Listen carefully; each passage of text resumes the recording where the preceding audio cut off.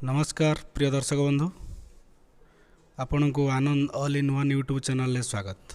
बंधुगण, आज आम ई श्रम कार्ड विषय रे एक गुरुत्वपूर्ण तथ्य आलोचना करने को जाऊे।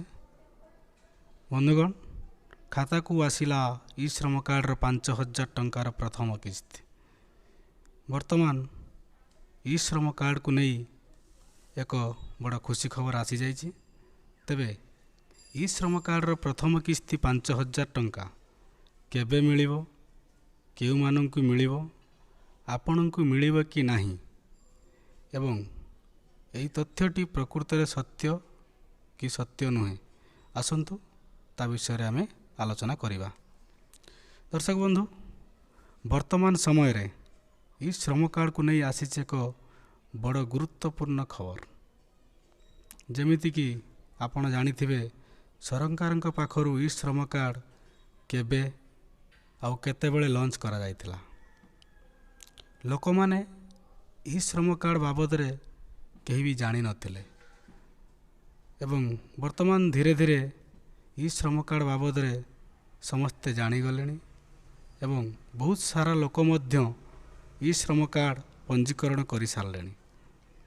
एवं आपण माने जदि पंजीकरण करि नाहंती यथाशीघ्र आपणक निकटरे थिबा सीएससी सेंटर को जाई डिसेंबर शेष सुधा आपण माने ई श्रम कार्ड पंजीकरण करनियंतु। जा फଳରେ आपण माने सरकारଙ୍କ तरफरु जहाँ भी किछि सुविधा आसुछि आपण माने अति सहजरे तार फायदा उठे पारिबे। किंतु वर्तमान समय रे विभिन्न सोशल मीडिया रे एक मिथ्या गुजब घुरी बुलुछि। गुजबटी कौन? ई श्रम कार्ड रे आसी जाइछि प्रथम किस्तीर 5,000 टंका। तेबे दर्शक बंधु, एभली एक मिछ खबर को आपण प्रश्रय दियंतु नाही आउ जमारू सत्य बोली भावंतु नाही। केवल सरकारଙ୍କ पाखरु एतिकी घोषणा करा जाइथिला कि जो माने ई श्रम कार्ड एप्लाई बा पंजीकरण करिसंती सेमानंकु सरकारଙ୍କ तरफरु केवल 2 लाख टंकार बीमा राशि प्रदान करा जिवो। किंतु सरकारଙ୍କ पाखरु किछि भी घोषणा करा जाहि नाही ई श्रम कार्ड रे टंका मिलिबो कि नाही।